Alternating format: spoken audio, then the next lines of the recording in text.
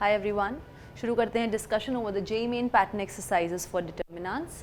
पहला सवाल हमें कह रहा है कि ओमेगा एक complex cube root of unity है। इस बात से ही सारे features related to cube roots of unity दिमाग में आ जाने चाहिए। क्यूब रूट ऑफ यूनिटी का मतलब क्या हुआ कि 1 प्लस ओमेगा स्क्वायर हो जाएगा 0, राइट। इसके बाद वो पूछ रहा है कि वैल्यू बतानी है इस डिटर्मिनेंट की। इस डिटर्मिनेंट में आप हर रो में देख सकते हैं 1 ओमेगा और ओमेगा स्क्वायर बैठा है। अगर मैं इन तीनों एंट्रीज को ऐड कर दूं तो मेरे पास सीधे के सीधे 0 आ जाएगा। And therefore in this del मैं परफॉर्म करती हूँ column 1 goes to column 1 plus column 2 plus column 3। उससे डेल क्या बन जाता है? फर्स्ट कॉलम बन जाता है 1 plus omega square which is 0, omega plus omega square plus 1 which is again 0, omega square plus 1 plus omega which is again 0 by this property of omega being cube root of unity. बाकी columns as it is, this is omega square 1, omega square 1 omega. अगर एक determinant में एक पूरा column zeros का है मतलब उस डिटर्मिनेंट की वैल्यू है 0 and hence B is the correct option. Okay, easy question. The number of values of k for which this system of equations has infinitely many solutions. अब मेरे पास जो सिस्टम है वो है 2 equations in 2 unknowns x and y. अगर मैं Cramer's rule लगाऊं, Cramer's rule ने क्या कहा था कि this system which is non homogeneous, इसके इन्फाइनाइटली मैनी सोल्यूशंस हैं, मतलब नॉन ट्रिवियल सोल्यूशन एग्जिस्ट कर रहे हैं। इसका मतलब ये कब एग्जिस्ट करेगा? जब d, d1 और d2 तीनों 0 हो जाते हैं, राइट। d मतलब मुझे पता है d इज 0, मुझे पता है d1 भी 0 होगा और मुझे पता है d2 भी 0 होगा अगर इस पर्टिकुलर सिस्टम के इन्फाइनाइटली मैनी सॉल्यूशंस हैं बाय क्रैमर्स रूल। d मतलब determinant of the coefficient matrix k plus 1, 8, k and k plus 3. This determinant is 0 along with it d1 मतलब जब आप d के फर्स्ट कॉलम को राइट हैंड साइड वाली entries वाले column से रिप्लेस करते हैं, that means 4k, 3k minus 1, next column as it is, ये 0 है एंड d2 इज 0 मतलब d के सेकेंड कॉलम को यहाँ की राइट हैंड साइड वाली एंट्रीज के कॉलम से रिप्लेस करना है, तो क्या आएगा? k plus 1, k, first column remains as it is, second column becomes 4k and 3k minus 1. It's very easy to compute the determinant.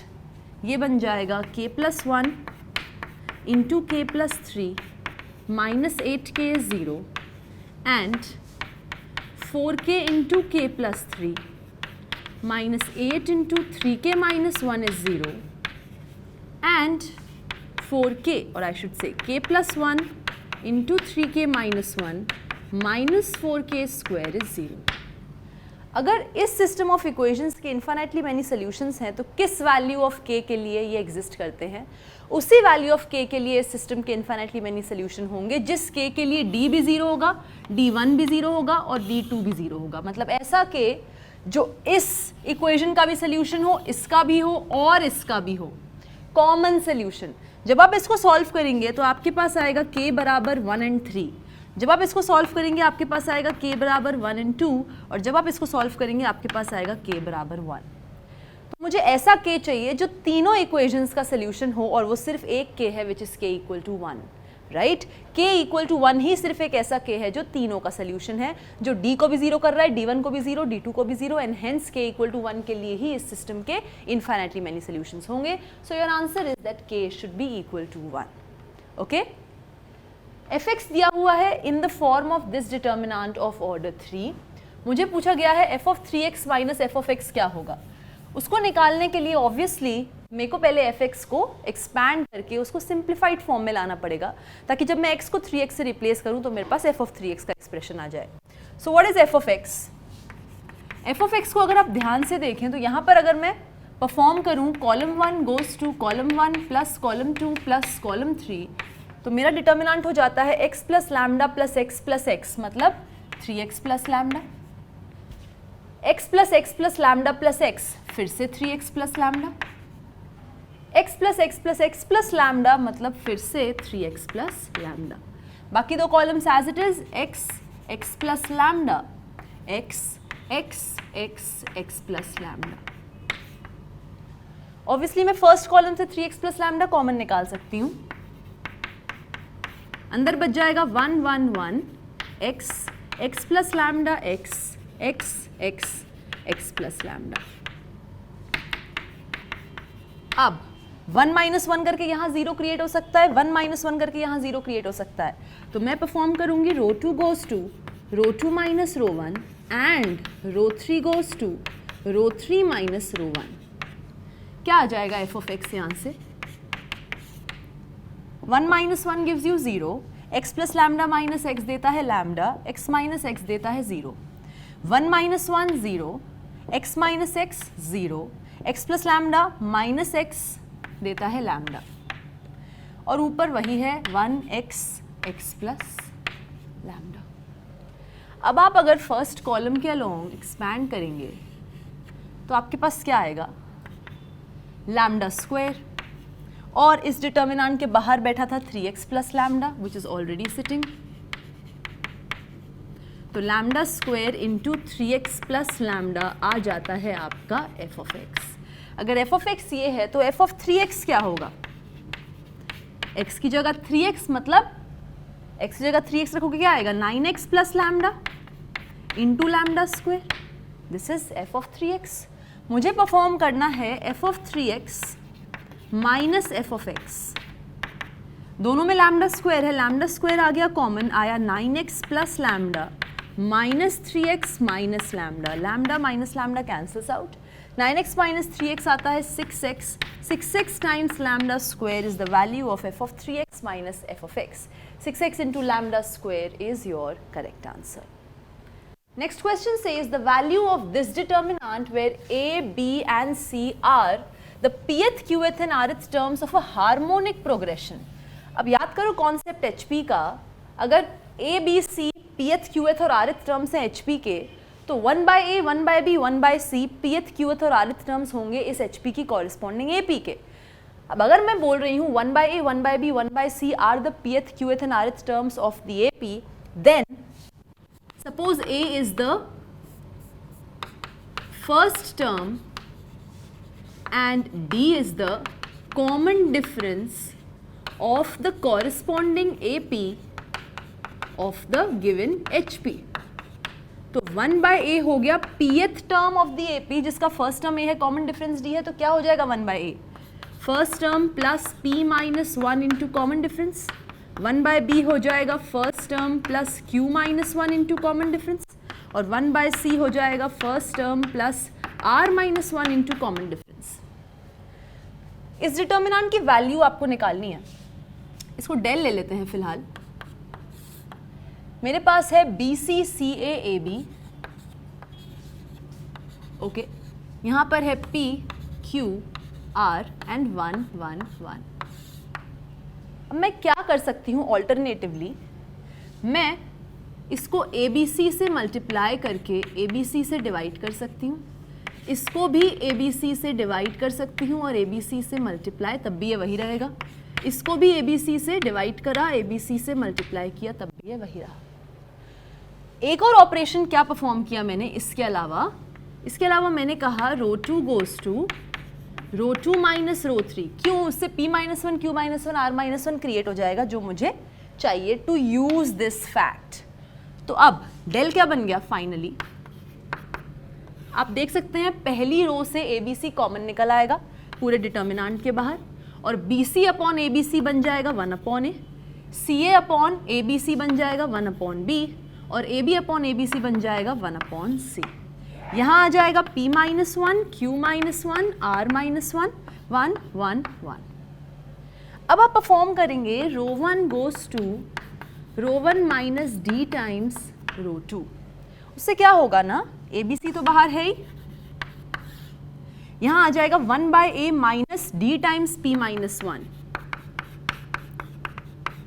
फिर यहाँ आ जाएगा 1 by b minus d times q minus 1, और इसकी थर्ड एंट्री होगी 1 by c minus d times r minus 1। Right, this is your very first row. यहाँ पर आपके पास बैठा होगा p minus 1 q minus 1 r minus 1 1 1 1। अब देखो 1/a minus d times p minus 1 है capital A, 1/b minus d times q minus 1 है capital A, 1/c minus d times r minus 1 है कैपिटल A। तो ये एंट्री कैपिटल A है, ये entry capital A, ये एंट्री कैपिटल A, तो मेरा ये डिटर्मिनेंट किसके बराबर हो जाता है? Let me write here, a b c बाहर है, capital A capital A capital A 1 1 1 p minus 1 q minus 1 r minus 1। इस पूरी जगह से मैं कैपिटल A को कॉमन निकाल लूँ तो यहाँ पे बच जाएगा 1 1 1। मेरी दो rows of the determinant same हो चुकी हैं, the determinant will have value equal to 0, so इसकी वैल्यू हो जाती है 0 and that's how you tackle this question. अगला सवाल कहता है x y z है positive numbers such that y and z have 1 and 0 at their units place and del is this determinant। अब units place किसके रिस्पेक्ट में given है वो आपको अगली स्टेटमेंट से समझ आएगा कि del plus 1 is divisible by 10 then x has at its units place what। Basically x, y और z नंबर्स हैं जिनको 10 से डिवाइड किया जा रहा है। जब x को 10 से डिवाइड किया जा रहा है तो क्वोशंट आ रहा है x, रिमाइंडर मुझे नहीं पता कि क्या आ रहा है, सपोज लैम्डा है। लेकिन जब y को मैंने 10 से डिवाइड किया तो y आ रहा है क्वोशंट स्मॉल y और रिमाइंडर क्या आ रहा है 1। ये देखो, when y is divided by 10 you get the remainder 1, और जब z को 10 से डिवाइड किया तो रिमाइंडर है 0, क्वोशंट सपोज स्मॉल z है, रिमाइंडर है 0, तो z की शक्ल ऐसी होगी। अब इस डिटर्मिनेंट का नाम डेल है। Capital X capital Y capital Z की जगह मैं ये लिख दूंगी तो मेरे पास आएगा 10x plus lambda 10y plus 1 and 10z plus 0, this is 4 0 1 and this is 1 1 0। जब भी आपके पास किसी भी डिटर्मिनेंट का कोई कॉलम या कोई row sum of two term से एक्सप्रेस हुआ होता है तो पूरे डिटर्मिनेंट को मैं sum of two determinants of the same order लिख सकती हूँ। यहाँ आ जाएगा 10x 10y 10z 4 0 1 1 1 0 plus lambda 1 0 4 0 1 1 1 0। इस पूरे कॉलम से 10 निकल जाएगा, कॉमन आ जाएगा बाहर, ठीक है। ये पूरी चीज़ को सपोज मैं k मान लेती हूँ, what ever it is, suppose ये स्मॉल k के बराबर है। कोई फिक्स्ड क्वोशंट है ना यहाँ पे, तो यहाँ एक्स वाई जेड वेरिएबल्स नहीं है, कॉन्स्टेंट्स ही हैं। कोई एक क्वोशंट होगा यहाँ जो स्मॉल x से रिप्रेजेंट किया जा रहा है, यहाँ का क्वोशंट स्मॉल y से, यहाँ का क्वोशंट स्मॉल z से, तो ये फिक्स नंबर्स हैं, दे आर नॉट वेरिएबल्स। इसलिए इस पूरे डिटर्मिनेंट की वैल्यू कांस्टेंट के फॉर्म में ही आएगी, वेरिएबल के फॉर्म में नहीं आएगी। Don't confuse X Y Z with variable. हर जगह एक्स वाई जेड जहाँ लिखा होता है वो वेरिएबल नहीं होता है। अंडरस्टैंड द कॉन्टेक्स्ट जिसमें एक्स वाई जेड लिखा हुआ है। यहाँ पर वो कॉन्स्टेंट के कॉन्टेक्स्ट में लिखा हुआ है, बस उस कॉन्स्टेंट की असल वैल्यू नहीं पता तो हमने एक्स वाई जेड लिख दी, and hence this is a constant K, some constant के। इसकी वैल्यू इवैल्यूएट करोगे आएगा 1 माइनस लैम्डा। तो मेरे पास डेल किसके बराबर आ गया, 10k प्लस 1 माइनस लैम्डा। अब मुझे पता है lambda plus 1 is divisible by 10, question ने कहा। इसके हिसाब से लैम्डा प्लस 1 क्या हो जाएगा, 10k plus 1 minus lambda plus 1, मतलब 10k प्लस 2 माइनस लैम्डा। अगर लैम्डा प्लस 1 डिविजिबल है 10 से, मतलब 10 से डिवाइड करके उसका रिमाइंडर 0 आएगा, तो लैम्डा प्लस 1 लिखा जाएगा 10 इंटू समथिंग प्लस 0, पर फिलहाल लैम्डा प्लस 1 लिखा जा रहा है 10 into k plus 2 minus lambda. That means 2 minus lambda has to be 0, मतलब lambda will be 2। So at the units place capital X has 2। Understood? This is how you deal the question. Nice question. Let's move to the next one. If in a triangle ABC this determinant is 0, तो मुझे पूछी गई है value of sine square A plus sine square B plus sine square C। अब first column पूरा 1 1 1 है, तो first column के अलॉन्ग एक्सपैंड कर लेते हैं इस डिटर्मिनेंट को। सपोज मैं इस डिटर्मिनेंट का नाम डेल रखती हूँ, तो 1 times of C square minus AB, then you have minus 1 times of AC minus B square, and then you have plus 1 times of a square minus bc। ये चीज मुझे 0 दी हुई है, ध्यान से देखो ये क्या है, a square plus b square plus c square minus ab minus B C minus C है, तो मैं इसको क्या लिख सकती हूँ, a minus B whole square plus b minus C whole square plus c minus a whole square whole multiplied by half is 0। इसका मतलब क्या हुआ, हाफ वहाँ चला गया तो ये भी गायब, दिस इज 0। आपको पता है square of any real number is non negative, this is non negative, this is non negative, this is non negative. जब नॉन नेगेटिव टर्म्स का सम 0 होता है, इसका मतलब हर एक टर्म को 0 होना पड़ेगा, तभी उनका सम 0 होगा। तो इससे मेरे पास आया a माइनस बी का स्क्वायर इज 0 और b माइनस सी का स्क्वायर इज 0 और c माइनस a का स्क्वायर इज 0। पर किसी रियल नंबर का स्क्वायर तभी 0 होगा जब वो रियल नंबर खुद 0 हो। That means a minus b is 0 मतलब a is same as b, b minus c is 0 मतलब b is same as c and c minus a is 0 मतलब c is same as a। ABC represent करते हैं मेरे triangle ABC के sides को, तो इससे मुझे पता चलता है कि ट्राइंगल ABC के तीनों साइड्स सेम हैं, तो ट्राइंगल ABC है मेरा इक्विलैटरल ट्राइंगल, यानी कि हर एक angle, angle A, angle B, angle C होगा 60 degrees, right. What is sine of 60? √3/2, उसका स्क्वायर क्या हो जाएगा, 3/4। यहाँ पर भी 3/4, यहाँ पर भी 3/4, 3/4 plus 3/4 plus 3/4 gives you what, 9/4, and therefore A is the correct option. Okay? Next question says this is a system of linear equations and this is having a non-zero solution. ठीक है, ध्यान से देखो, ये homogeneous system of equations है और इसका non trivial solution है। इसका मतलब क्या हुआ, मैट्रिक्स मेथड रिकॉल करो। इसका मतलब ये हुआ कि जो कोफिशिएंट मैट्रिक्स है 3 ऑर्डर की, उसका डिटर्मिनेंट है 0, क्योंकि अगर डिटर्मिनेंट होता नॉन जीरो तो इसका trivial solution, unique solution exist करता, पर यहाँ पर वो कह रहा है कि non trivial solution, non zero solution exist कर रहा है। तो determinant of the coefficient matrix which is 1 1 1 2a 3b 4c a b c, this determinant is 0 because your coefficient matrix is singular अगर इस homogeneous system का non zero solution, non trivial solution exist करता है। तो यहाँ पर मैं perform करूँगी ρ2 goes to ρ2 minus ρ1 and ρ3 goes to ρ3 minus ρ1, तो उससे आ जाएगा मेरे पास 1 2a a 1 minus 1 0 3b minus 2a and b minus a, यहाँ पर भी 1 minus 1 0 4c minus 2a c minus a। जब इस डिटर्मिनेंट को first, this is 0, first column के लॉन्ग खोलोगे तो क्या मिलेगा, 3b minus 2a into c minus a minus b minus a into 4c minus 2a, this is equal to 0। जब इसको सिंप्लीफाई करोगे बहुत आसानी से तो आपके पास आएगा twice of 1/b is 1/a plus 1/c। इससे ये समझ आता है कि 1/a 1/b 1/c AP में है या फिर ABC जो कि 1/a 1/b और 1/c के रेसिप्रोकल्स हैं, ABC HP में है। मेरे पास ABC के बारे में सवाल था और मुझे मिल गया ABC HP में है, क्योंकि मेरे सोल्यूशन में मुझे मिल रहा था 1/a 1/b 1/c AP में है, तो उनके रेसिप्रोकल्स HP में हो जाएंगे, right. Next question is about determinant involving factorials. अब अगर आप लोग एक एक फैक्टोरियल इवैल्यूएट करके डिटर्मिनेंट को एक्सप्लिसिटली कंप्यूट करने लग गए तो बहुत टाइम लग जाएगा।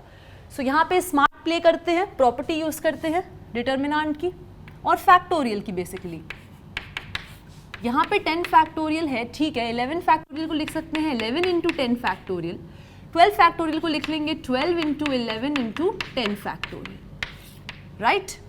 फिर यहाँ है 11 फैक्टोरियल, यहाँ पे 12 इंटू 11 फैक्टोरियल और यहाँ पे 13 into 12 into 11 factorial.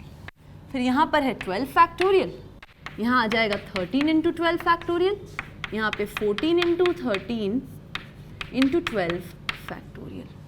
Obviously first row से कॉमन निकल रहा है 10 फैक्टोरियल, सेकेंड रो से कॉमन निकल रहा है 11 फैक्टोरियल और थर्ड रो से 12 फैक्टोरियल।